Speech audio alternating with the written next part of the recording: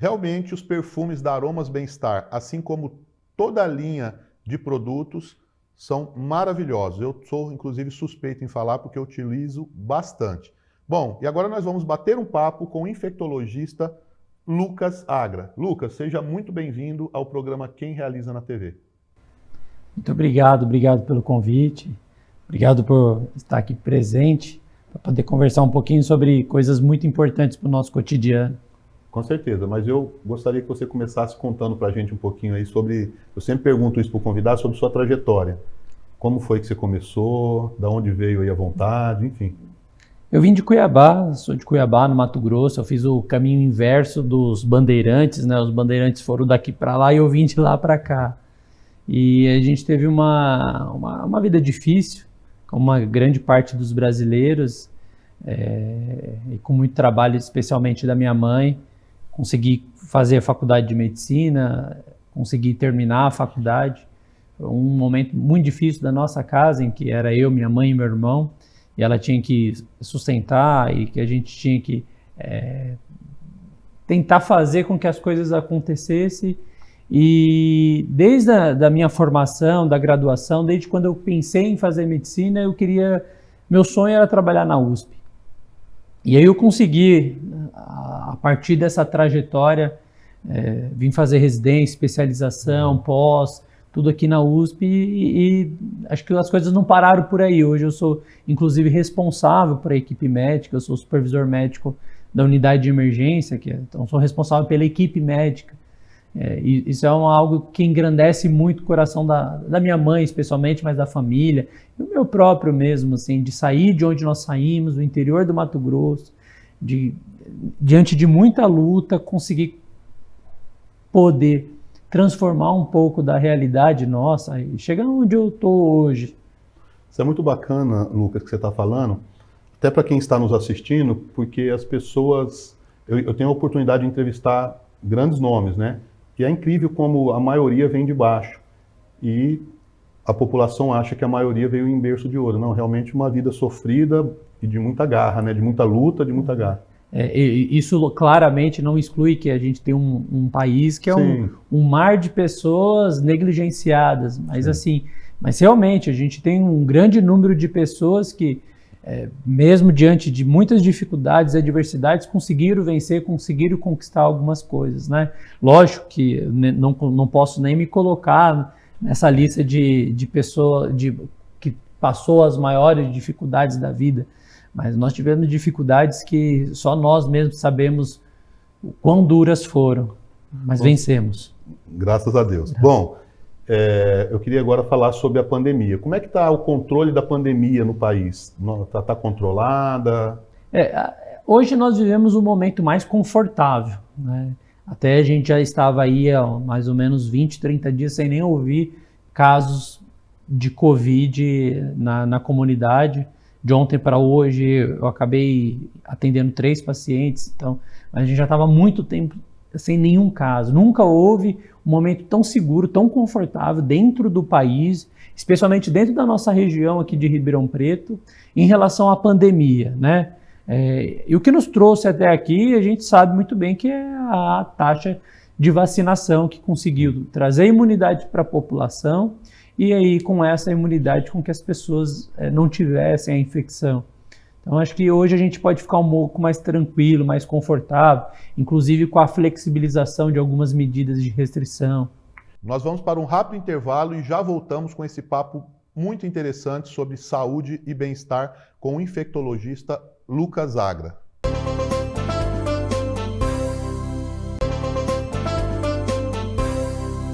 Estamos de volta com o programa Quem Realiza na TV. E você já sabe que para ficar por dentro de tudo o que acontece nos bastidores do programa, assim como quem serão os próximos entrevistados, é só seguir a gente. Estamos no Instagram, @quemrealiza e @ecaparelli. Ou se preferir, é só acessar o QR Code que está disponível aí na sua tela. Bom, agora nós voltamos para um papo sobre saúde com o infectologista Lucas Agra. Esse novo lockdown que tivemos há pouco tempo na China, está tendo, se eu não me engano, Isso de alguma maneira preocupa o país? Isso pode vir a acontecer aqui? Qual que é a tua visão a respeito disso? Acho que tem duas coisas importantes nessa fala, assim, preocupa o Brasil como governo, acho que quase nada preocupa o país, infelizmente, né? Grande parte da tragédia que nós vivemos e o caos que foi a pandemia foi muito graças a várias ações equivocadas, negligenciadas e às vezes até criminosas do governo federal. Mas não nos preocupa tanto porque a China tem um programa de Covid-0. Então, todo esse alarde que a China promove é porque eles não toleram nada. E eles têm uma forma muito mais restritiva e rigorosa de se fazer cumprir o que eles querem. Então, essa fase que eles estão passando agora é o que nós passamos em janeiro e fevereiro com a Ômicron. Eles têm a nova Ômicron, mas que a gente acredita que ela seja muito parecida uma com a outra. Então, é difícil falar que a gente vai ter grandes problemas agora nos próximos meses. Essa nova variante, a XZ, se eu não me engano, né? É dela que você está falando, né? Isso, justamente. Ela, você acredita que não é uma ameaça para o país? Ela é mais transmissível que a Ômicron original, né?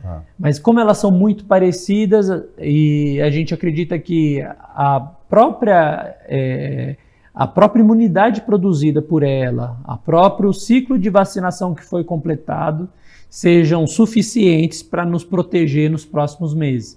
Mas uma coisa importante a gente entender em relação à pandemia de uma doença nova é que a gente não sabe por quanto tempo duram esses anticorpos. A gente já viu nas fases anteriores que os anticorpos, tanto produzidos pela doença como pela vacina, eles tendem a durar 6 meses. Por isso que nós ficamos fazendo doses de reforço.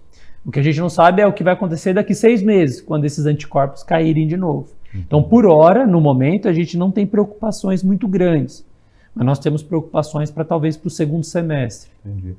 Sempre temos que nos preocupar aí com a prevenção, né? A prevenção continua sendo a mesma no caso do Covid? Vacinar, uso de máscara... Perfeito. Existem dois tipos de proteção. Existe a proteção que faz com que a doença nem chegue a existir e a proteção que tenta evitar com que você seja infectado. A proteção que não faz a doença nem existir é a vacina, né? Que ela tem uma alta taxa de proteção para a população. Mesmo para as pessoas que elas acabam sendo infectadas, vacinadas, a gente já viu por diversos estudos publicados no mundo que essa doença tende a ser mais branda. E a outra forma da gente usar também de proteção contra a pandemia, contra a doença, é o uso das máscaras e o distanciamento. Né? Nesse momento até, como a gente não tem nem usado máscara em muitos locais, tem muita relação com a força de transmissão da doença. Tá? Então, se eu tenho uma doença que não está circulando com tanta força na comunidade, se não tem uma pressão, uma presença tão vigorosa na comunidade, a gente pode abrir mão em alguns locais, dependendo da pessoa. Tem uma fala que eu sempre gosto de citar em relação ao uso das máscaras, que toda essa questão da prevenção do Covid, ela parte de um ponto muito certo que é a empatia. É a gente se colocar no local da outra pessoa e às vezes a gente se relaciona ou vai conviver com outras pessoas que têm medo, outras pessoas que estão sujeitas a formas mais graves. Então, por exemplo, a gente flexibiliza a máscara em locais de confraternização. A gente vai no bar, todo mundo sem máscara, as pessoas estão sujeitas a se expor. Mas, por exemplo, se eu vou no mercado, se eu vou numa farmácia, onde as pessoas estão indo lá de forma essencial porque precisam, porque às vezes elas não queriam nem sair de casa ainda, porque às vezes elas não queriam se expor ainda, mas elas precisam. Então, às vezes, vale ainda o alerta da gente se colocar em se preocupar com a nossa comunidade e usar máscaras ainda nesses locais. Lucas, eu queria que você falasse um pouquinho aí de outras doenças que podem, de alguma maneira, ser uma ameaça para o país. Parece que está voltando forte, se eu não me engano, o HIV também, né? Das doenças infecto-contagiosas aqui, a gente poderia ficar aqui horas gravando, podia até fazer vários capítulos, acho que seria um tema muito legal, mas nós temos, assim, 3 grandes preocupações no país atualmente. A primeira delas é a dengue. A dengue é uma doença sazonal, ela vem sempre nesse período, logo que começa a ter passando o período de chuva, os mosquitos se proliferam e a gente tem um controle muito ruim nessa questão sanitária no país. Isso é uma questão histórica que a gente já conseguiu erradicar em um outro período, e aí todas essas doenças causadas por mosquitos, elas vivem nos perseguindo, né? Nós tivemos recentemente, há alguns anos, o problema todo que a Zika trouxe para as crianças, e a gente tem a dengue. A dengue, ela é um problema crônico, um problema sério de saúde pública, que nos últimos anos nós tivemos pouquíssimos casos, porque as pessoas circulavam menos, ficavam mais em casa, cuidavam mais das suas casas, então nós tivemos menos dengue do que nós temos habitualmente.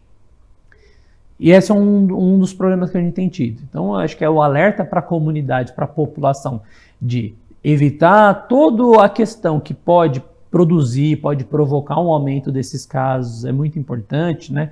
De evitar juntar entulhos, tudo que possa acumular água, e também aos sinais de dengue, que quase sempre são febre, dor no corpo, manchas pelo corpo, procurar atendimento médico, porque a gente sabe que especialmente em criancinhas pequenas e pessoas muito idosas, a dengue pode matar. Essa é uma das grandes preocupações. A outra doença é o HIV. O HIV é uma doença que está sempre em discussão.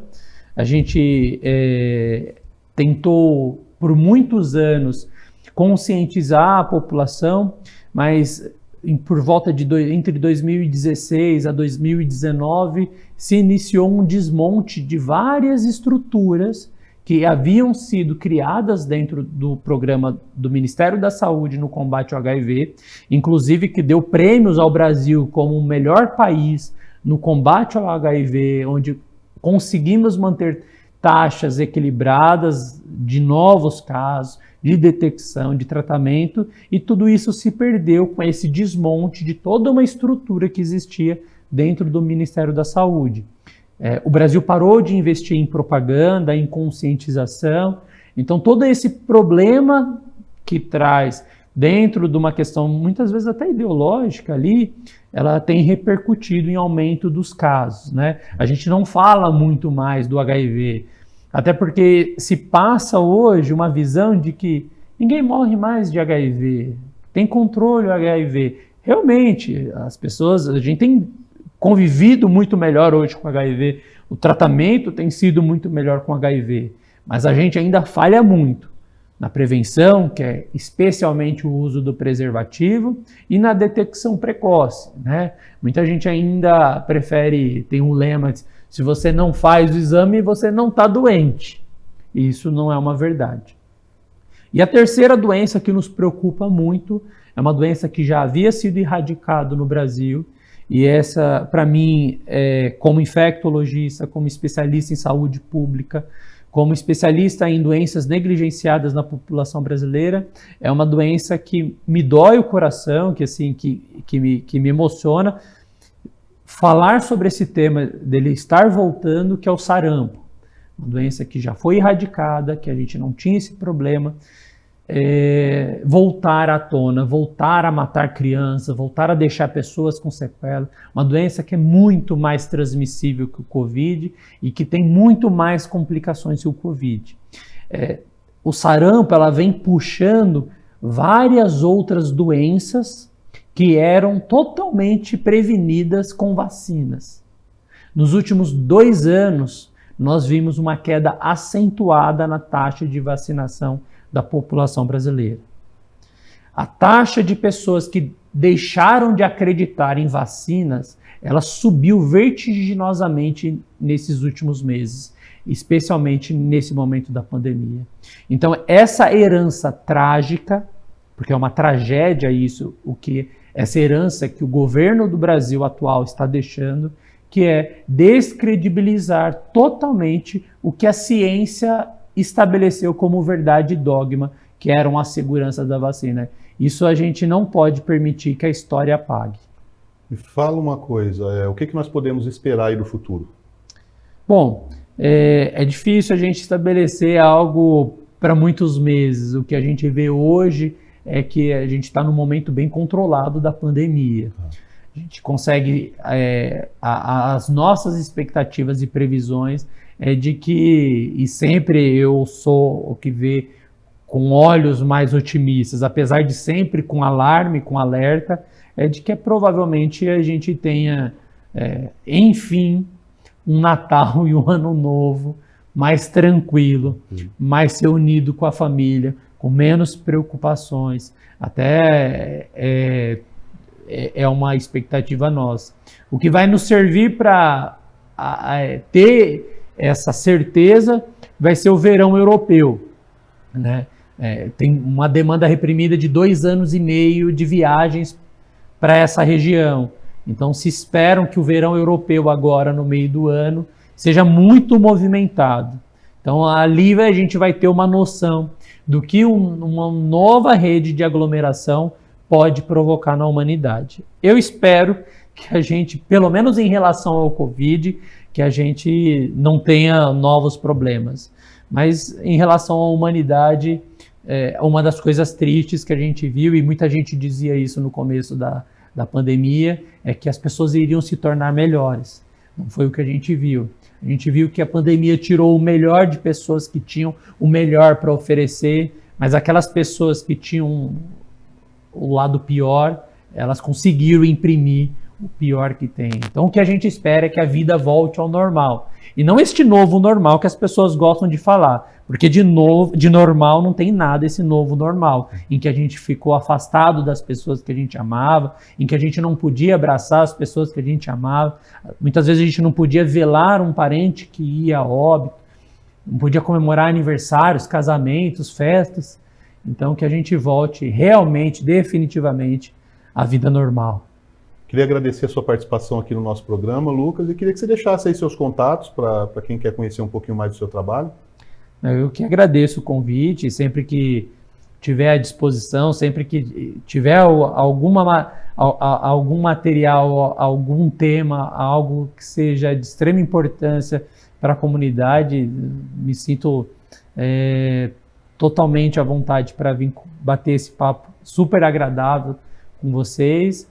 E eu tenho um canal no Instagram que chama lucas.infectoagra, e eu tento produzir conteúdo, material para a comunidade, especialmente em relação a todos os assuntos, para tentar deixar uma sementinha de melhora nesse mundo tão difícil que a gente vive hoje, mas que a gente luta tanto para deixar melhor para a população, para a comunidade e para as pessoas que virão à nossa frente. Obrigado, viu? Eu que agradeço.